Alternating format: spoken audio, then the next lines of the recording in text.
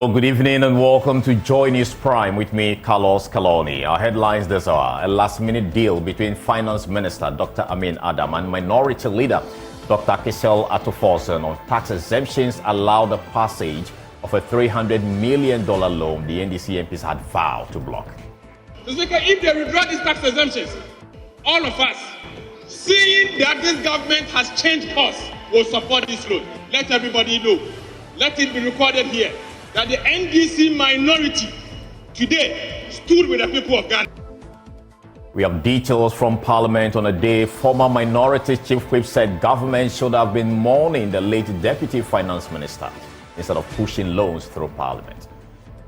Also, Dr. Chief of Staff and other top government office officials commiserate with family of late Deputy Finance Minister John Kuma as his chair in Parliament is covered with red cloth. And on our election headquarters, we will hear from traders at Abra market in Cape Coast on what will inform their votes come December 7th.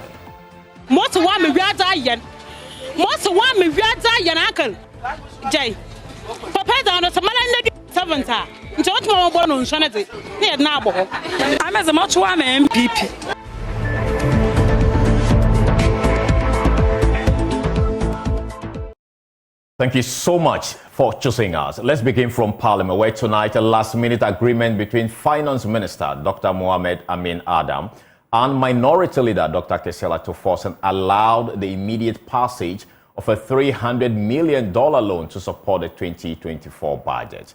The NDC MPs had vowed to oppose the loan every step of the way, mainly because of Ghana's ballooning debt stock and also because of the many tax exemption requests coming from government. My colleague Kwekwa Santi reports from Parliament. The minority in Parliament say government's debts are currently unsustainable and will not support any more borrowing from government. In fact, they've been making that point for some time now. But today, a $300 million loan came to the floor, and the minority made that point. In fact, the point they started canvassing, led by Eric Opoku, was that this loan agreement was like giving government a blank check to spend. They will bring the loan here, will speak against it, they will defend it like they are doing today, use their numbers to pass it. Eventually, Ghana's debt stock reached unsustainable levels, and Ghana became a laughing stock in the international market, to the extent that because of our huge debt, we have implemented debt exchange programs. Mr. Speaker, we have filed for insolvency. We are broke. Ghana is broke.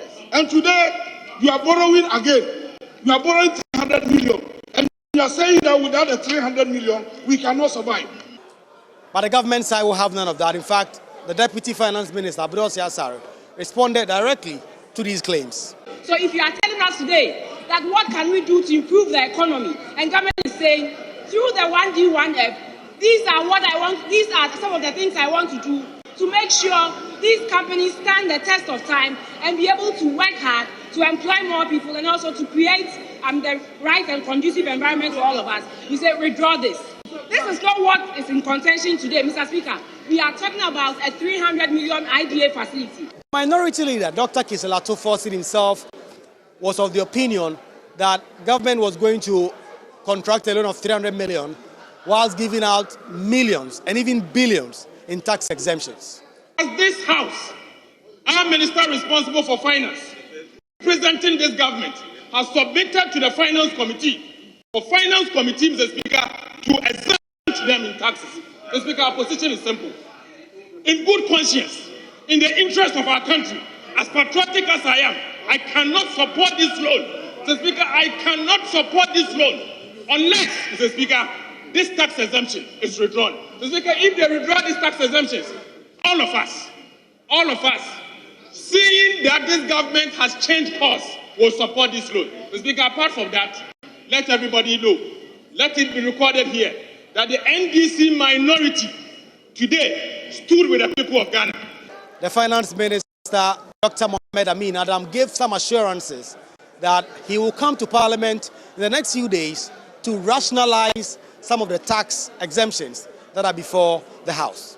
I've taken note of the concerns of honourable members, particularly friends from the other side, regarding the exemptions tax exemptions for some projects.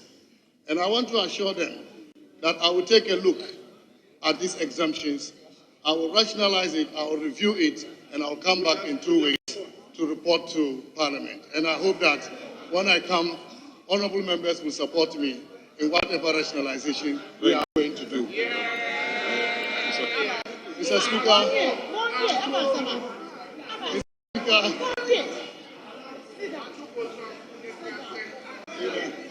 Honourable Minister, have you finished? Mr. Speaker, based on what I have just said, I want to appeal to members to support this facility. It is budget support. It will help us implement the programs of government for job creation, so we can also be able to take care of the vulnerable and the poor in our society. So I thank you very much for the opportunity.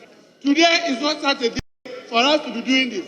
Why? A day after the death of our colleague, we are standing here and we are screaming at each other, and the Lord is coming from the very ministry that our colleague has lost his life. How sensitive are we to each other?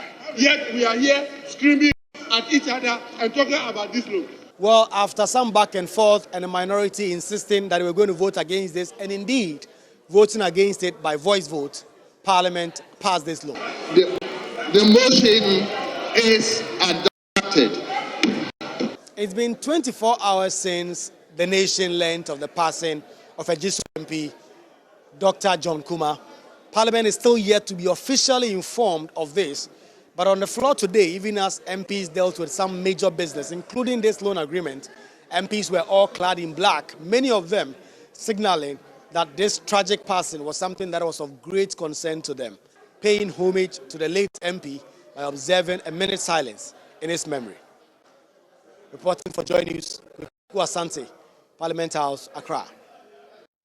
Still in Parliament, Minister of Health-designate Dr. Bernard Okoboy has pledged to recover funds disbursed to agencies for undelivered Covid-19 vaccines. The 2020 Auditor General's report highlighted that during the peak of the pandemic, the government paid over $120 million to the United Nations Children's Fund, UNICEF, and African Vaccine Acquisition Trust, AVAT, for vaccines, but received just a little over $38 million worth. With more than $81 million ordered for government still undelivered, Dr. Bernard Okoboy, at his vetting, assured the monies will be retrieved. I don't believe that we paid 120 when we knew that we will receive 38 million. Truth is that in vaccine purchase, you have to commit early so that others don't step or cross you in the queue. In fact, UK, US, one of the reasons why they had first supply of vaccines is that they committed themselves even when the vaccines had not been fully developed. So I'll just say that for purchase purposes, sometimes you have to commit. But if the records show that the value you've had is 38 million and there's a shortfall of 82, steps must be taken to recoup, either fiscal cash or, like I said, we still have ongoing vaccination programs. Luckily, the same, most of these agencies like UNICEF, Gavi, they are the same people that manage other traditional vaccines. So, honourable member, I would commit strongly to making sure that we get the value of all our money. Either you retrieve in cash or you get other services that will make. Meanwhile, the health minister-designate is pushing for the removal of taxes on dialysis consumables to reduce treatment costs. The Komfo Anokye Teaching Hospital and Kolebu Teaching Hospital recently announced fee hikes, leading to concerns over affordability for renal patients, some of whom have tragically succumbed due to financial constraints. Dr. Bernard Okoboy, during his vetting, expressed the possibility of seeking NHIS assistance to alleviate the financial burden on public health facilities in providing dialysis treatments. Situation with renal care, our handling of renal pathologies has been worrying. As someone who worked with Kolebu as chairperson of their board, I can say that the problems can be solved. It has to do with arrangements that are in place, that leadership must come from the ministry to sit with the managers of the teaching hospitals and go for arrangements. Even be they public-private arrangements, that will ensure that the facilities are available for dialysis. So availability of the infrastructure is the first one. And there are a lot of proposals from many quarters to make such facilities available. So what we have to do is to tolerate the discussions and see which are best fit for our purpose. The cost, I was just speaking to one hospital manager, and it makes me understand that the cost of consumables per session of dialysis is 100 euros. So if you put a euro of, let's say, 16 cedis, let's say you're talking about 1,600 Ghana cedis for the consumables. That's the input into the session. So definitely, a charge might be minimum 1,600 per session, and you might need 2 or 3 sessions a week. So quickly, some of the suggestions that came up with that, some of these consumables have tax handles on them. So quickly, we must work closely with finance, government, cabinet, so that all these tax handles will free them of the consumables. Let me say that if we allow hospitals to procure the consumables for dialysis, their first instinct will be to recover the cost of the input. And that's where the charges happen. And unfortunately for them, the argument that the problem with the Kolebuta the last time is that if it's a public facility, you have to come through fees and charges in Parliament. And these processes are not called bureaucratic. Sometimes leads to a gap where you are buying the consumable but waiting for approval before you can have the right recovery to buy and sustain the process. So, Mr. Chairman, what I think we can do, there are a few things we can do to let us not engage in full cost recovery. Number one, if we can have some releases or support, either from National Health Insurance, having been there, I know that we support agencies and the whole health ecosystem. If National Health Insurance has a line that supports tertiary and secondary hospitals that do dialysis, once they have some allocation, then they will not engage in full cost recovery. They will use that to complement their liquidity situation and not charge you fully.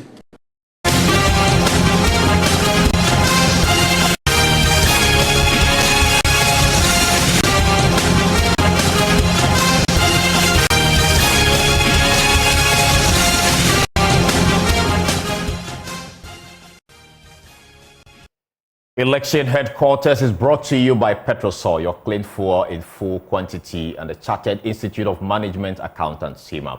Election Headquarters for an informed electorate. Now, the National Peace Council has cautioned political party leaders not to be quick in resorting to violence during the December 7th presidential and parliamentary elections. The council expects parties to help sustain the efforts by the government to mitigate existing and emerging threats to peace and security ahead of the elections.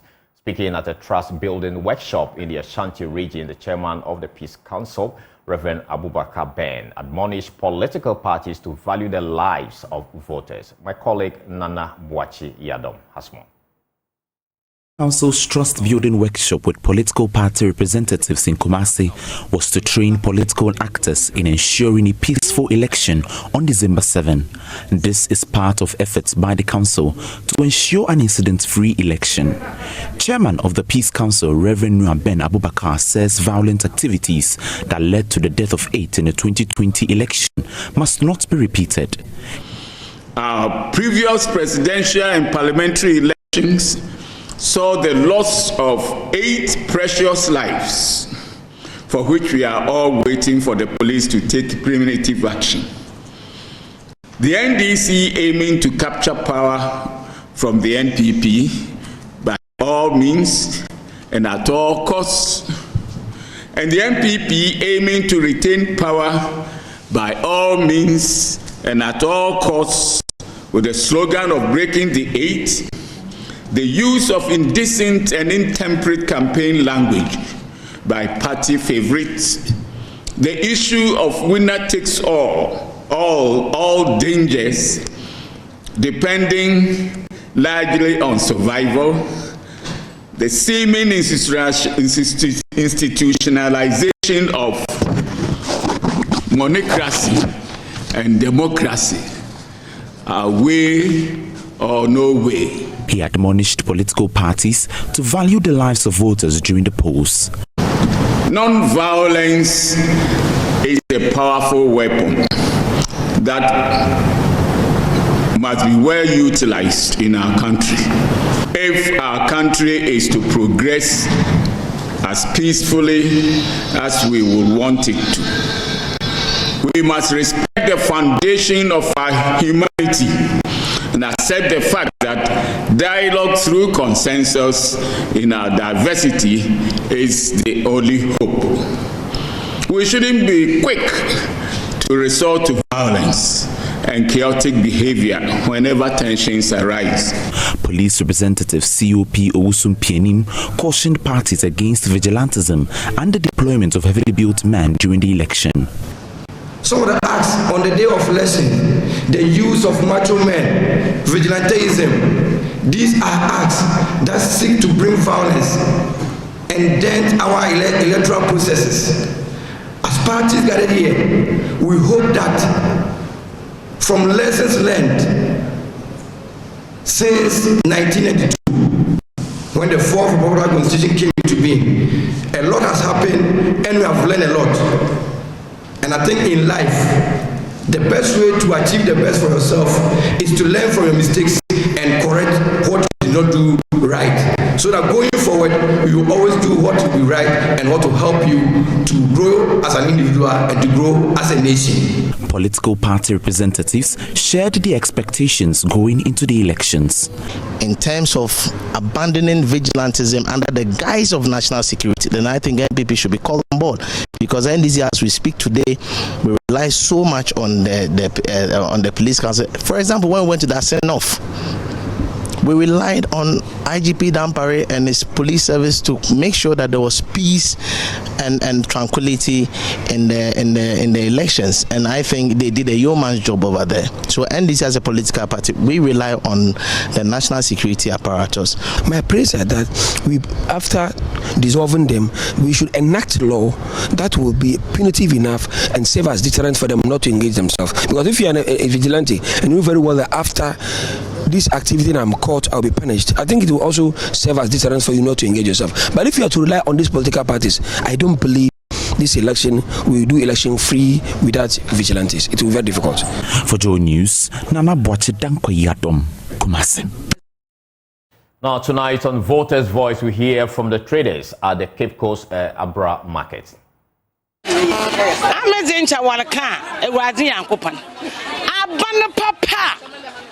Bumana papa, oh, many pana who can home, Asumdri wom, a dead da, and Tony, Dr. Bawumia. What Bawumia or Yenny Pebia? Papa Shadin or la me papa because I didn't assume on me answer. Auto de Bassa Papa, President another damn call you Bawumia. Young baby, only free education you may. My family go school at the bank, quarter, what the bar, as the bank was the bar, as the bank was the bar. Teachers who are your coffee, teachers who are your coffee, stop upon and paba. All a may as a baba, Mazababa, or Daba. And Tabanese, Sayaka, Bawamia, all Safatan or crab, all fatan. I'm at the main punch and 7 December. And to prepare to move to Nowaba. Most of 1 million yen. Most of 1 million yen, uncle. Jay. Papa down the Samana day 7th. Into what more born on Shanity. Near Nabo. I ain't about men all about come Ubu Manana. Oh, come Ubu Mana on all by your money. Oh, when you're about park when that's in Chan. Now what about me? Come Ubu Bunny. Now man, everybody my and money that come you be. It's I want to buy that. And come you be there. I will have a uncle, and now what about them go Fabian? You're a parkman. I'm as a much one MPP. Listen, how much one MPP in your day. Malafia by a woman channel will be a much area. Papa be wow 5. Now you know me a beer. I was 6. Sayana no father and about me, 1 member pa. nka da monko afunya ho ba bia anyi wa akọ secondary school nyame na dom wa akọ secondary school we wie me na what sabrafo wutuma kankan wutuma chiro nta ame mas ame de se na do ekwoto aba nka ame abibi part the mocho aman anchelam nyame na ohwe nyimpa emani ayi wo me yeze mahama wa abatena no do so obi pa bi mahena nka obatena do na nka oye enya bi ye okofa do odze nyama rugu kwame ye ore ya nyama papa ena ono dem 4 years odde ba ya Ghana ye nta amede se tumi ne za amede wo bocho NDP party ahinu pa na mocho aman sisiara mejine he ma mo wa ko school ma hwehwe asambo ma hwaba mo wa ko school a we wie wa ko pale wa ko university edwuma mpo nya binye up to now o we fie ma na mo hwehwe asambo na ma de hwan na sisiara abatu ya wa be na me be yo nya edwuma yi na ma yedan na ma to aban akwana be na mafado na mato abe ncha ma hwaba wo school we wie masisi ala wa akwanyi mo kiti certificate no nya adwuma nyei na ncha saka ma wo ma aboa no mo wa afado we adwuma ma chakwa ni biara don oda mato aba ma zema obia na sisi ala ye onya adwuma yi abade pwachi na mala magina do na ma za to abe mo wera ho hwehwe asamu osom ma hwea bodu da ma abiri sesi amenya dan eba na onya dan mpo no ntatale ma meduri nche ba na oye edwuma na onya bi ze hwam na sisi ala ma mri ye edwuma ma da hwebe ni ye ma adofo ebe agbagwafo yale biro ma abire. Some women at Bushi have endorsed the nomination of Professor Nana Jane Opoku-Agyeman as running mate of John Mahama. The choice has been welcomed by many party faithfuls in there. Nana Yaojima has more in the story. Actually, the reason why I think when Jane Nana comes, she will help the NDC and help John to win the power is that, once of all, we, the women, are the majority as of now, and two, the second thing is that when she was the educational minister, she did a lot. She changed the technical schools into tertiary educational schools, and then now we are wishing that, as the way she's hardworking, and then we the women will also support her to do a lot for us, and then we women we will never, because of the Nana, most of the women will vote John Mahama, so that one day we will also have president as female in Ghana. All right. Thank you very much. So let's move to other people here. Madam, what are your thoughts? Why do you think that Professor Jane Nana Opoku-Agyeman can help the flag bearer of the NDC win election? I know he is a mother, and I know she can do it. Upon all that she has done for a special WA as a whole, but I'll be very glad that she should be the flag. The running mate. The running mate. What about you? Tom is our mother, because we are the Nana is a woman. We will support her to do how to running mate for John Mahama. So women supporting women in the upcoming election, they believe that she holds or has what it takes to be the first female vice president of the country. Okay. I'm so glad that she chose a woman as her running mate, his running mate. So we are so happy. We are so happy for him to choose a lady as his running mate. So whatever he used to do, the lady will support women outside, so that he will be doing things for others, so that we will grow up with the women. Because in Ghana, women are the majority in the country. So we are praying that they should come to power, then they will control us, then we'll be able to do other things. They help us with other things. All right. Thank you very much. So come closer. So why do you think the professor is the right choice? I thought it is the right. I thought it is the right choice because she will help the president to promote education in Ghana, especially the females. So you think that for that reason she should become vice president? Yes. So these are thoughts of some people here in Busie, the females. Let me talk to this one. She'll be my final person that I'll be engaging here. What are your thoughts about the choice of Professor Nana Opoku-Agyeman? Okay, she is a lady and she has led an exemplary life, which has impact in the life of so many people. And to us women, I think if she becomes what she wants to, we will benefit from it more, because nowadays ladies, in fact women, are always finding it difficult to lead. But for the exemplary life she has led already, women will see to it that what men can do, even women can do even more better. All right. Thank you very much. So these are the thoughts of females here at Busie, and the last person who spoke to me believes that her choice, and if successful, will encourage a lot of young people to dream and become what they would want to become. For JoyNews, Nanaya Ojima in the Upper West region. Now, on a solemn note, Vice President Dr. Mahamudu Bawumia and bigwigs of the New Patriotic Party have visited the home of late Deputy Finance Minister John Kuma to commiserate with the family following his sudden death Thursday. My colleague Kenneth Ijesi was there and reported. A day after the sudden death of the Deputy Finance Minister Dr. John Kuma, bigwigs of the New Patriotic Party, including Vice President Dr. Mahamudu Bawumia, National Chairman and Chief of Staff Fremose Opare, visited his Accra residence to pay their respects to the former MP for Ejuso. Some of the people that knew him paid glowing tribute to him. I have been a member of his wife's church for some time now, and the first time I visited the church, he came to preach, and I was really amazed because you don't see much politicians or a politician being a preacher.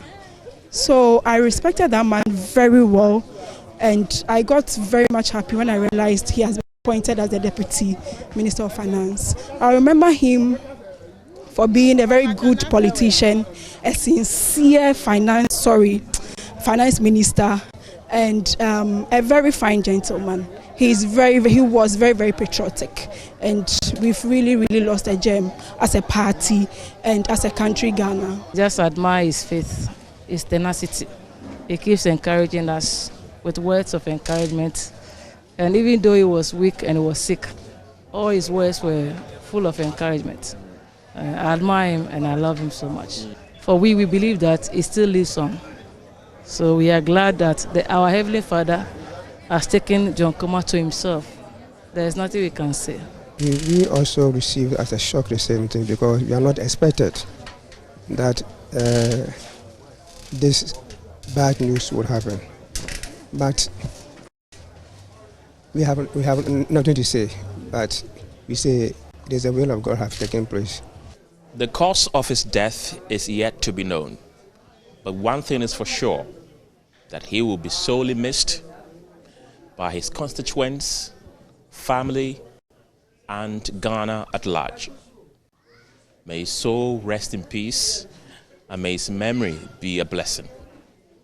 Kenneth Jesse for JoyNews. This is still the JoyNews Prime with me, Carlos Kaloni. We have more after this break, please.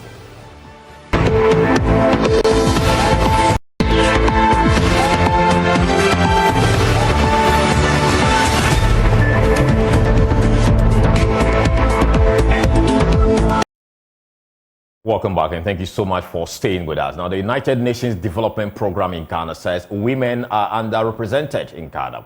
Women account for less than 15% of members of parliament, prompting concerns that the needs and priorities of women are being relegated. The last elections for district level and local unit members equally witnessed a low participation of women. The Electoral Commission on Friday released a statement acknowledging the challenges women face, and it will work towards the inclusion of women and other vulnerable groups in all their activities. As the world marks International Women's Day, a push is being made for more representation of women, especially in leadership in Ghana. UNDP resident representative Ghana, Dr. Angela Lusigi, and Kwale Krote MP, Dr. Zaneto Ajiman-Rawlings, both say a lot more ought to be done to empower women. There's more in the following report. The United Nations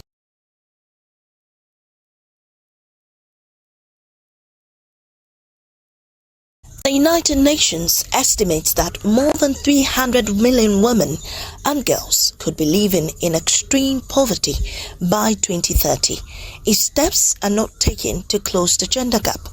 In view of this, the United Nations is marking the International Women's Day with a message to the world to prioritize gender-responsive financing and increase public spending on essential services and social protection. As the United Nations lead development agency, the UNDP says Ghana should not be left out, as the agency says women are underrepresented across the country. Ghana is punching below its weight. At 14.5% representation in parliament, with less than 28% of the MPs under 45, we really are at a critical stage where something has to give. So affirmative action has worked elsewhere. We've seen it work in countries such as Rwanda, and it is one of the tools that will push us towards a path. Because we have to look at what's happening with political parties. We also have to look at how do we engage with aspiring young women leaders. How do we create a supportive ecosystem where we address some of the barriers to their engagement? Experts say closing gender gaps in employment alone could boost GDP per capita by 20%. MP for Klote Kole, Dr. Zaneto Ajiman-Rawlings, says a lot more ought to be done to address the concerns of women, including the need for Parliament to pass the Affirmative Action Bill that could shore up representation of women. The Affirmative Action Bill has to be implementable, which means that we have to ensure that it is able to do what it needs to do across sectors and across socioeconomic levels and across different scopes of life. Otherwise, we will find ourselves with a lovely law that looks nice on paper, but will not achieve the desired objective. And so it's not a bill that can be taken lightly. It will require a lot of broad stakeholder engagement. We're going to have to really look at it very critically, because what you also don't want to do is tie yourself up into some kind of a legal knot that makes it impossible to be flexible enough to allow yourself to adapt as circumstances change. Even before authorities get to work, the UNDP says it is rolling out a number of initiatives that would promote inclusion and empower women in Ghana. And we're not the only ones doing that. And so we believe strongly that there should be better coordination amongst all the different players, and working with the enterprise agency, working with the export agency, working with the National Coordination Office for AFTA, just to make sure that we have more young people accessing these opportunities from across the country. But for women in leadership, we're very much looking at the local governance level. Now, the full interview of our International Women's Day special with Dr. Angela Lusigi and Dr. Zaneto Rawlings airs on Foreign Affairs on the JoyNews channel at 10 p.m. Now, moving on, some female members of Parliament have reiterated the need to urgently pass the Affirmative Action Bill. Speaking on the floor of Parliament to mark International Women's Day, the MPs called on all stakeholders to expedite the passage of the bill, emphasizing its critical role in amplifying women's voices in the decision-making process. Zuleha Nuhu has more from Parliament. When enacted, the Affirmative Action Bill, otherwise known as the Gender Equity Bill, is expected to, among other things, ensure that at least 30% of women are represented in public life, as well as address the marginalization of women in decision-making areas. Speaking on the floor of Parliament, Ada MP Comfort Kujo said The selection of Professor Nana Jane Opoku-Agyeman as the running mate for John Dramani Mahama marks a significant milestone for women's empowerment. Mr. Speaker, yesterday we chalked another milestone as a woman was announced as the vice presidential candidate for the NDC. Mr. Speaker, it's an achievement and we need to speak on it. And I'm challenging all the rest of the party to do same because women, we are capable and we can do it. On her part, Member of Parliament for Pusiga, Ladi Ayamba, emphasized the need to improve the representation of women in Parliament, lamenting the woeful 40 out of 275 members who are women. Mr. Speaker, in this House of ours today, we have 40 women, members of Parliament from various places. All have individual potentials. This notwithstanding, we are still looking for better opportunities to increase the numbers in this House because we know for sure that out of 275, we are only 40. Acting Gender Minister Hawa Kumsin stressed the need to pass the Affirmative Action Bill, stating it will amplify women's voices in key decision-making processes. The Affirmative Action Bill, which is also before Parliament for debate, seeks to effectively address the social, cultural, economic, and political gender imbalances, as well as promote a progressive increase in the active participation of women in public life. The theme for this year's International Women's Day celebration is Inspire Inclusion. Zuleyha Nuhu's report read to you. Now, in a world where creativity knows no bounds, Sewa, a trailblazing photographer, is using a lens to redefine success on this International Women's Day, with a passion that has fueled her entire life. Sewa has emerged as a beacon of inspiration for women thriving in male-dominated sectors. My colleague Jacqueline Ansoma Yeboah has more in this report. This is for my ladies in the house. Background set, camera, light, click. Sometimes a pose will do too, and clicking away behind the camera is Sewa. Her journey through the pep of the camera has been extraordinary. With 6 years of professional experience under her belt, she has not only captured breathtaking moments, but has also shattered stereotypes along the way.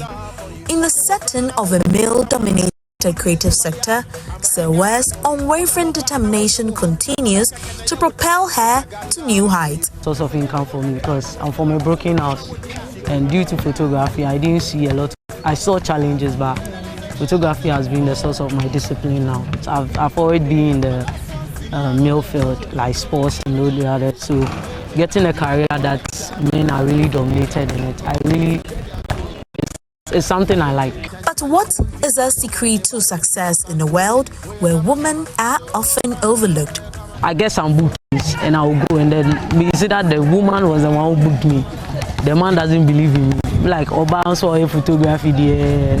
So whenever you have the gender look, you need to work hard and push harder. That's the only thing I tell people. So since I'm a female, if I'm pushing harder and I'm getting to the standard of some of the male photographers, I think people will notice me. Yeah. So. Sewa believes by embracing various sectors, women can unlock their true potential and pave the way to their own success. I want to tell the women that they should also try engineering, camera operation and other stuff like IT. They should put themselves in those sectors. It will rather push them higher than them pushing. I'm not saying nursing is a bad thing, but I feel like if you guys are all tracked there, it wouldn't push you guys so much. So they shouldn't be scared in doing things that men They should take the bold step. They should take the bold step. This year's International Women's Day theme resonates deeply with her.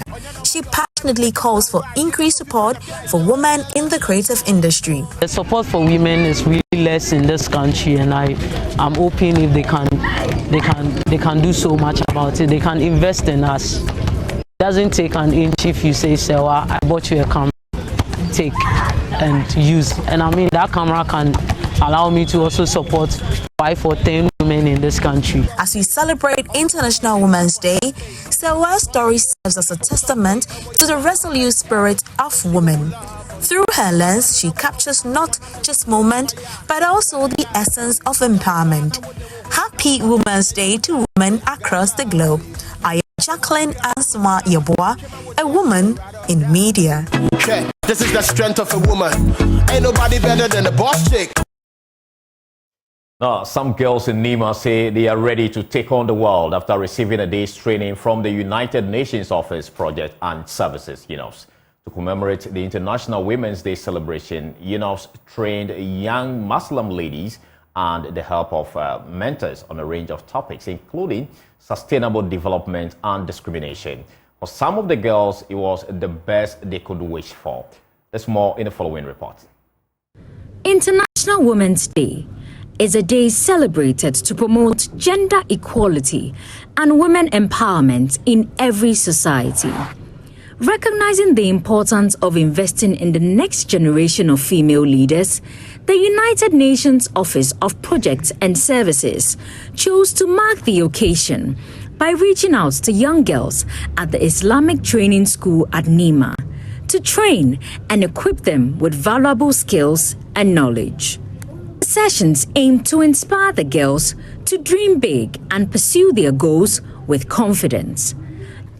Director of the United Nations Office for Project Services, Ifoma Charles Mauba, indicated the significance of inspiring young girls with long-term plans to dream big, take leadership positions, and pursue their goals. We shared with them, because we had breakout sessions with them and in small groups, shared with them about the life skills that you need to have, ability to stay focused, ability to speak up and to be assertive. And by the time we finished, most of them were testifying that they've picked up the fact that they need to be assertive, they need to stay focused, they need to work hard and have long-term plans and intermediate milestones that they'll follow to achieve their long-term plans. Hadia Gariba is a civil engineer. She encouraged the young ladies not to feel inferior about their identity, but strive harder for the best to support national development. We all know that there has been the assertion that engineering is a male-dominated field, but this is me in my hijab, and I'm able to go to the field and do what I need to do in my hijab. Being in the hijab does not limit your sense of creativity. It does not limit your ability to support in the nation building. So that is what I would want to add on. I mean, it's just a form of identity.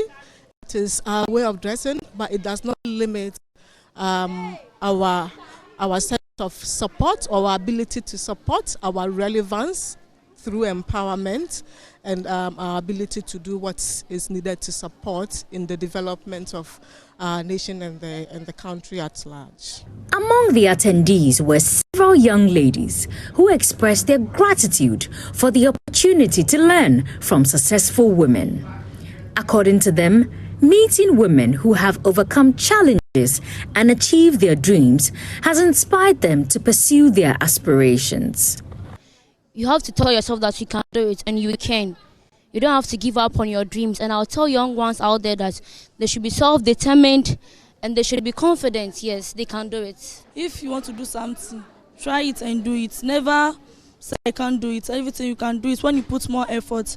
But when you say you can't do it, you never do it. We should be proud of who we are and where we come from. We should believe more about ourselves. International Women's Day marks a time to appreciate, elevate, and celebrate women and their accomplishments.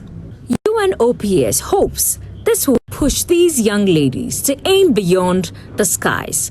Ramat Bashiru's report read to you.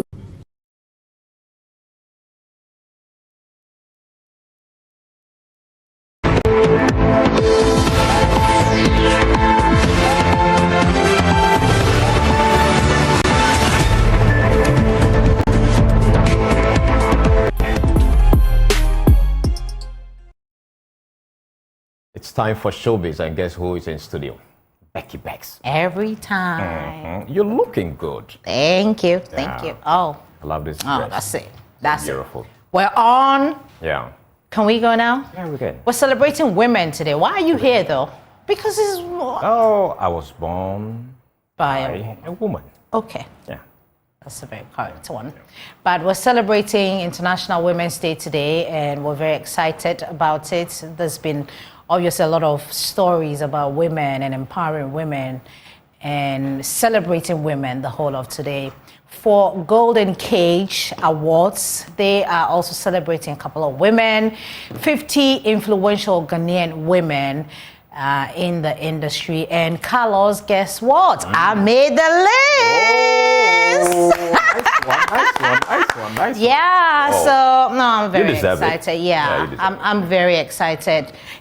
So those are some of the women. 50 women. Diana is on the list as well. Whoa. And we have, Second Lady Samira Baumia also on that list. So these are all women who are doing tremendous things in Ghana and are worth celebrating every day. They are empowering younger women to do their best or the best that they can, and obviously deserves to be celebrated. That's Fire Lady right there from Adum TV. PACS Star is also on that list. It's actually 50 influential women that we're celebrating today, and we're very excited. Thank you so much, Golden Age Creative Arts Awards, for this recognition. Yeah, congratulations. Oh, thank you. You rubbing shoulders with Samira Baumia and co. Oh, Charlie. So blessed. I was so blessed. The top woman. Anyway. Today you're making me feel... No, you are actually. Okay. Yeah. Tell me more. Yeah, no, don't do that. Yeah. Don't do that now. Yeah. Wait, after the show. You can tell me everything after the show. But let's talk about Mimi and Danny. So she spoke to my colleague Saminiwa. We call her Saminiwa, but she's called Ameli Josu, and she has been telling us all about entrepreneurship and what we're supposed to be doing as women to stay on top. Be remembered that I changed lives. That's the most important thing. Yeah. The human race would never end, right? Yeah. Well, there are theories, but impacting in people's life and bettering them, it's what I want. Good name is better than riches. So I just want to be remembered that I changed a narrative positively. Yeah. I impacted on lives positively. I changed situations. And yeah, I think that will make me very happy in my grave. And what would be the advice that you give to aspiring entrepreneurs who are also looking to carve their own path to success? Well, what I know about entrepreneurship is your network is your net worth. Yeah. The contacts and the connection you have is what is going to determine the results of your entrepreneurial journey. Make sure you form relationships. Don't take relationships for granted. Nature relationship. Go to network events where you can connect with people. I can tell you that most of the jobs I've gotten was because of my schoolmates in the university, somebody I went to with, somebody I have a relationship. Relationships would always move you a step forward before you prove yourself. Actress, entrepreneur, musician, Mimi and Danny there. So the next guest on E-Vibes is US-based DJ and musician Rasha Rom, who is set to share his incredible journey during an interview. Obviously, an exclusive interview with me in the USA. According to Rasha Rom, his goal is to promote diverse sounds from Africa. So, just being a part of that radio station is like the major radio station in Baltimore and surrounding areas. They do a good job of reaching out to the DJs that mix on the show and ask us like for our opinions. Like, okay, this song is, what songs are we not aware of, or what songs should we make sure we're playing. And just having that background knowledge of, hey, there's an artist named Stormboy Sakadir they're doing big things. Yeah.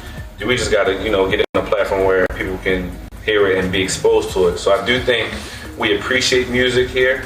They just don't know all of, the music that's going on. They're kind of like stuck here and don't think really outside until it gets exposed to everybody. But I think the music will be appreciated once it's arrived here, and that's what I plan on keep on continuing to do. Yeah, that's a good point. So how do we get it out here? I think it's just the exposure, because just because I haven't heard the song yet doesn't mean it's not a great song. I think people just have to be exposed to the music here. And it's probably, to me, I think it's just about placement. If you hear it on the radio, you hear it while you walk to the store, you hear it in the car passing you by, you hear it in the club or the party, that kind of gives you exposure to the song, and then you look further and you may discover the artist, just simple from one song. So I always think someone's one song away from becoming your biggest fan. If I heard Stonebwoy for the first time, but before that he was already making great music. Right. When I heard him for the first time and wanted to learn more about his music, I became a fan. It just takes one time to hear a song, and then you kind of latch on to an artist. So I think that's the step, just the placement. And with the platform of 92Q, the radio station, I'm playing it on the airways, with the platform of Rappers Digest, which is a platform that looks out for new artists all over the country. Those placements can help bridge the gap and kind of get people exposed to that. Tell a friend to tell another friend that E-Vibes is back on the Joy News and Joy Prime channel. Tomorrow, 8:30 a.m. on the Joy News channel, you will have this episode. It's a fantastic episode. It's new, fresh, all the way from Baltimore in the United States. Also, you can catch it on Joy Prime. Same day, Saturday, 4:30 p.m. on the Joy Prime channel. Please make a date with us because today is International Women's Day. I will wrap up if you don't mind. Sure. Wrap up. Okay. Is there any other thing that you need me to tell the people? No, nothing. Just tell them you're really? looking extremely beautiful. You don't want to say shout outs to I know Joy News. We don't say shout outs, but I mean, it's International Women's Day. I can do anything. You want to say something to your wife? To my wife. Oh, to our wife. Yeah. We love you. Yeah. Oh, God. But thank you so much for watching the Joy News channel. We really, really appreciate your time and efforts and all the feedback. This is the election headquarters. Please don't forget that. Always stay tuned in. And please don't forget to watch E-Vibes tomorrow. We love you. For more news, log on to myjoyonline.com. That's where you find all the news. Thank you so much for watching. Bye-bye. Thank you. Bye-bye.